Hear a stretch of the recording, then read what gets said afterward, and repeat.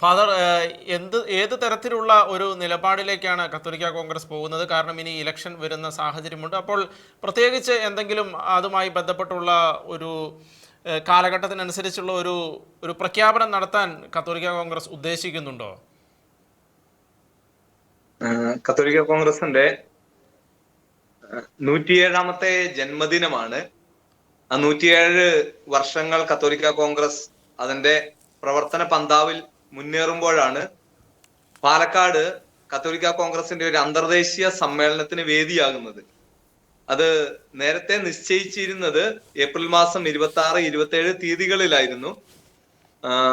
പക്ഷേ ആ കാലഘട്ടത്തിലാണ് നമ്മൾക്ക് എല്ലാവർക്കും അറിവുള്ളതുപോലെ ഫ്രാൻസിസ് പാപ്പയുടെ നിര്യാണവും ആ നിര്യാണത്തെ തുടർന്നുണ്ടായ ദുഃഖാചരണ ദിനങ്ങളും സഭ പ്രത്യേകിച്ച് ആ ദിവസങ്ങളിൽ പ്രാർത്ഥനാപൂർവം കടന്നു പോകുന്ന ദിവസങ്ങളായിരുന്നു ആ ദിവസങ്ങൾ.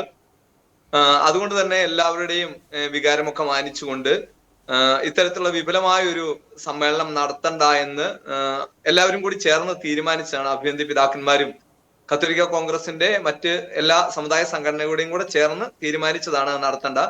പുതിയൊരു തീയതിയായിട്ട് തീരുമാനിച്ചിരിക്കുന്നതാണ്. നിങ്ങളിപ്പോ സൂചിപ്പിച്ചതുപോലെ തന്നെ മെയ് മാസത്തിലെ 17, 18 തീയതികളിൽ, അത് ഒരു ശനി ഞായറാഴ്ച ആയിട്ടാണ് വരുന്നത്. ആ തീയതികളിലാണ് ക്രമീകരണങ്ങളൊക്കെ നേരത്തെ തീരുമാനിച്ചതുപോലെ അതേ രീതിയിൽ തന്നെയാണ് എല്ലാ കാര്യങ്ങളും. 17-ാം തീയതി പാലൂരിൽ നിന്ന് വരുന്ന ഛായാചിത്ര പ്രയാണത്തിന് സ്വീകരണമുണ്ട് പാലക്കാട്. അതേപോലെ കോഴിക്കോട് നിന്ന് വരുന്ന പതാക പ്രയാണത്തിന് സ്വീകരണമുണ്ട് പാലക്കാട്.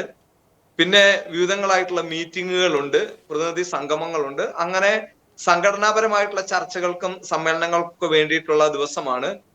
ഏകദേശം 8ഓളം രാജ്യങ്ങളിൽ നിന്നുള്ള പ്രതിനിധികൾ ഈ സമ്മേളനത്തിന്റെ ഭാഗമായിട്ട് പങ്കെടുക്കുന്നുണ്ട്. ഇപ്പോ ഈ അന്താരാഷ്ട്ര സമ്മേളനത്തിന്റെ അത്തരത്തിലുള്ള ഒഫീഷ്യൽ കാര്യങ്ങളൊക്കെ നടക്കുന്ന ദിവസമാണ് ഈ മെയ് മാസം 17-ാം തീയതി. 18-ാം തീയതി അതൊരു ഞായറാഴ്ചയാണ്. അന്ന് ഉച്ച കഴിഞ്ഞിട്ടാണ് ശ്രീ KP ലോറൻസ് നഗർ.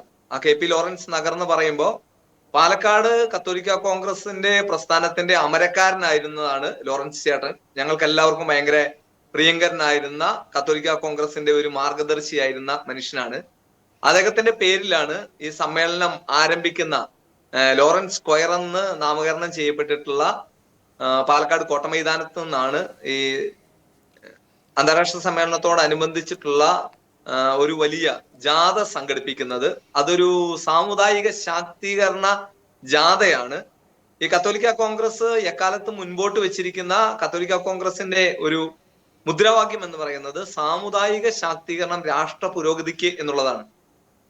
ഈ രാഷ്ട്ര പുരോഗതിക്ക് വേണ്ടി ഈ സമുദായം കൊടുത്ത നന്മകളെക്കുറിച്ചും സമുദായത്തിന്റെ സംഭാവനകളെക്കുറിച്ചും സമുദായം നൽകിക്കൊണ്ടിരിക്കുന്ന കോൺട്രിബ്യൂഷനെ കുറിച്ചും ഒക്കെ ആ ജാഥയില് പരാമർശം ഉണ്ടാകും, അത്തരത്തിലുള്ള പ്ലോട്ടുകൾ ഉണ്ടാകും. അങ്ങനെ വളരെ വിപുലമായ ഒരു മഹാറാലിയാണ് പാലക്കാട് രൂപതയുടെ പ്രഥമ പിതാവായിരുന്ന ജോസഫ് ഇരുമ്പൻ പിതാവിന്റെ പേരിൽ ഉള്ള നഗറിലേക്ക് എത്തുന്നത്. ഇതാണ് ഈ പ്രോഗ്രാമുമായി ബന്ധപ്പെട്ടിട്ടുള്ള ഏറ്റവും ചുരുക്കമായിട്ടുള്ള ഒരു വിവരണം എന്ന് പറയുക.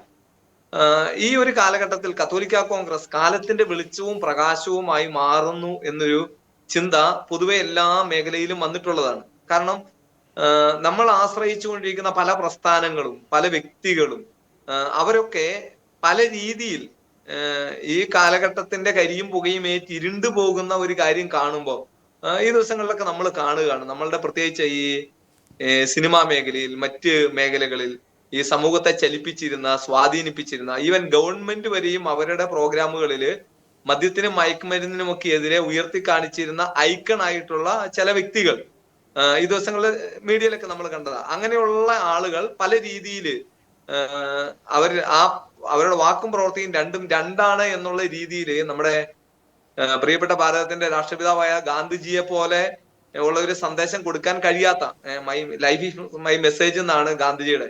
എന്റെ ജീവിതം തന്നെയാണ് എന്റെ സന്ദേശം എന്ന് പറയുന്ന രീതിയിലുള്ള ആളുകളുടെ എണ്ണമൊക്കെ കുറയുമ്പോൾ കത്തോലിക്ക കോൺഗ്രസ് എന്ന് പറയുന്ന ഒരു നൂറ്റാണ്ട് പിന്നിട്ട ഒരു പ്രസ്ഥാനം അത് മുന്നോട്ട് വരികയാണ്.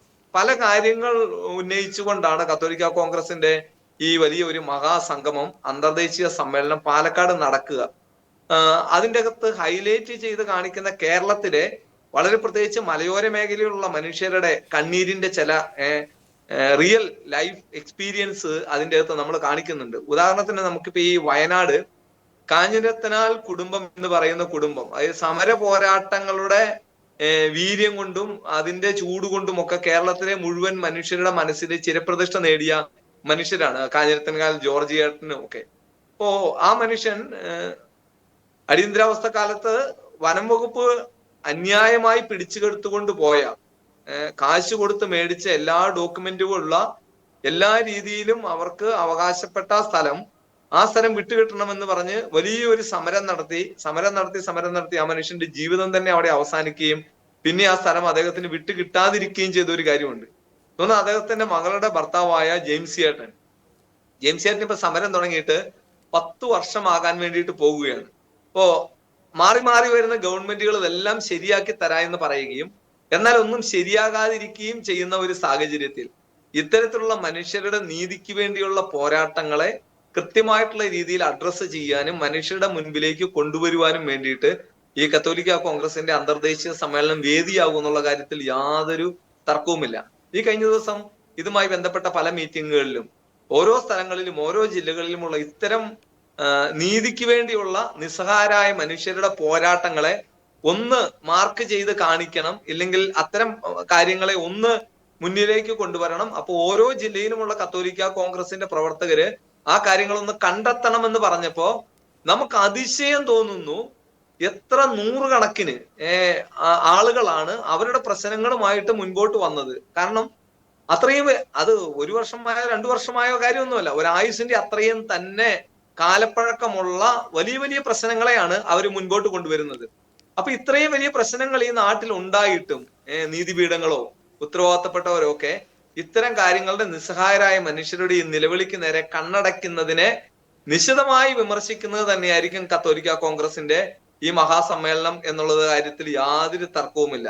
അതൊരു വിമർശനത്തിന്റെ തലത്തിൽ മാത്രം അവസാനിക്കുന്ന ഒരു കാര്യമായിരിക്കില്ല. തുടർന്ന് ഇത്തരത്തിലുള്ള മനുഷ്യർക്ക് നീതി കിട്ടുന്നതിന് വേണ്ടി ഏത് രീതിയിലുള്ള പോരാട്ടത്തിന്റെ വഴിയാണ് തിരഞ്ഞെടുക്കേണ്ടതെന്നും ഏത് രീതിയിൽ ഇത്തരത്തിലുള്ള ജെനുവിനായിട്ടുള്ള പ്രശ്നങ്ങളെ അഡ്രസ്സ് ചെയ്യാൻ പറ്റുമെന്നൊക്കെ ചിന്തിക്കാൻ വേണ്ടിയിട്ടുള്ള ഒരു കാര്യമാണ്. പലപ്പോഴും നമ്മൾ ഈ മലയോരത്തൊക്കെയുള്ള മനുഷ്യർക്ക് വേണ്ടിയിട്ട് നിലനിൽക്കുന്ന സമയത്ത് ഈ ആളുകളുടെ ആവശ്യങ്ങൾക്ക് വേണ്ടി, വളരെ പ്രത്യേകിച്ച് ഫോറസ്റ്റ് ഡിപ്പാർട്ട്മെന്റുമായിട്ടാണ് ഇത്തരത്തിലുള്ള അംഗങ്ങളൊക്കെ നടക്കുന്നത്. അങ്ങനെ നടക്കുന്ന സമയത്ത് ഈ ഒരു നറേറ്റീവ് ക്രിയേറ്റ് ചെയ്ത് കൊണ്ടുവരും, അത് കുരിശ് കൃഷിയാണ് എന്ന് പറഞ്ഞുകൊണ്ട്. ഈ ദിവസങ്ങളിൽ പല സ്ഥലങ്ങളിലും ഈ കുരിശൊക്കെ ഈ ഫോറസ്റ്റുകാര് പോലീസുകാരുടെ സാന്നിധ്യത്തിൽ പിഴുതെറിയുന്ന സമയത്ത് ഒരു കാര്യം വ്യക്തമാക്കി, എല്ലാ മനുഷ്യരും വ്യക്തമാക്കി, അതൊക്കെ റവന്യൂ ലാൻഡ് ആണ്. ഫോറസ്റ്റിന് യാതൊരു റൈറ്റും ഇല്ലാത്ത റവന്യൂ ലാൻഡ് ആണ്. കാരണം ഫോറസ്റ്റിന്റെ ജെണ്ട എന്നൊക്കെ പറയുന്നത് എത്രയോ മീറ്റർ അകലെ, അത് എത്രയോ കാലം മുമ്പ് തന്നെ ഈ ഫിസിക്കൽ ഡിമാർക്കേഷൻ അവരുടെ ബൗണ്ടറിയിൽ വരുത്തി കഴിഞ്ഞതാണ്. എന്നിട്ടും പിന്നെ കാണുന്നതൊക്കെ ഫോറസ്റ്റിന് അവകാശം ഉന്നയിക്കാൻ പറ്റുന്ന ഒരു രീതിയിലേക്ക് ഫോറസ്റ്റ് ഡിപ്പാർട്ട്മെന്റ് മാറിയിരിക്കുന്നു എന്നുള്ളത്. അപ്പൊ അതുകൊണ്ട് തീർച്ചയായിട്ടും ഈ എല്ലാം ശരിയാക്കി തരാമെന്ന് പറയുന്ന ഗവൺമെന്റിന്റെ സാധാരണമായ ഒരു കാര്യം, ആ ഒരു കാര്യത്തെ വിശ്വസിക്കാൻ വേണ്ടിയിട്ട് ഇനിയുള്ള കാലഘട്ടത്തില് ഈ സമുദായത്തിന്റെ ആളുകൾ തയ്യാറല്ല എന്നുള്ള ഒരു കാര്യം ഉറപ്പാണ്. അപ്പോ അത് വേറെ ഒരു കാര്യം കൊണ്ടുമല്ല, ഇത്രയും കാലമുള്ള നമ്മളുടെ എക്സ്പീരിയൻസ് എന്ന് പറഞ്ഞാൽ അതാണ്. ഈ എല്ലാം ശരിയാകുമെന്ന് പറഞ്ഞു വന്നവരും എല്ലാം ശരിയാക്കി തരാമെന്ന് പറയുന്നവരും എല്ലാത്തിനും 5 മിനിറ്റിന്റെ ഡിസ്കഷൻ മതി ഏത് അന്താരാഷ്ട്ര പ്രശ്നവും പരിഹരിക്കാൻ പറ്റുമെന്ന് പറയുന്ന രാഷ്ട്രീയ നേതാക്കളൊക്കെ നിങ്ങൾ ഈ പറയുന്നതൊക്കെ ഞങ്ങളുടെ മനസ്സിലുണ്ട് എന്ന് അവർ തിരിച്ചറിയണം. അപ്പോ ആ പറയുന്നതിനെയൊക്കെ നമ്മൾ കൃത്യമായിട്ടുള്ള രീതിയിൽ പരിശോധിക്കുകയും ആ കാര്യത്തെ ഫോളോ ചെയ്യുകയും ചെയ്യുന്ന, ഈ പറഞ്ഞതൊക്കെ എവിടം വരെ എത്തിയെന്നും പറഞ്ഞതിൽ വല്ല കാര്യവുമുണ്ടോ ഇല്ലെങ്കിൽ മാക്സിമം പതിരാണോ എന്നൊക്കെ നോക്കുന്ന, അതിനെ കൃത്യമായിട്ടുള്ള രീതിയിൽ ഓഡിറ്റ് ചെയ്യുന്ന ഒരു പ്രോഗ്രാം ആയിരിക്കും ഈ അന്തർദേശീയ സമ്മേളനം എന്നുള്ള ഒരു കാര്യത്തിൽ ഉറപ്പാണ്. അതിനെ തുടർന്നിട്ടാണ് ബാക്കിയുള്ള കാര്യങ്ങളെ കുറിച്ച് നമ്മൾ തീരുമാനിക്കുക. വളരെ നന്ദി ഫാദർ, ഞങ്ങളോട് പ്രതികരിച്ചതിന്. ഫാദർ സജി വട്ടുകളത്തിലാണ് നമ്മളോട് ഈ വിഷയവുമായി ബന്ധപ്പെട്ട് പ്രതികരിച്ചത്. വളരെ നന്ദി ഫാദർ പ്രതികരിച്ചതിന്. Okay, thank U.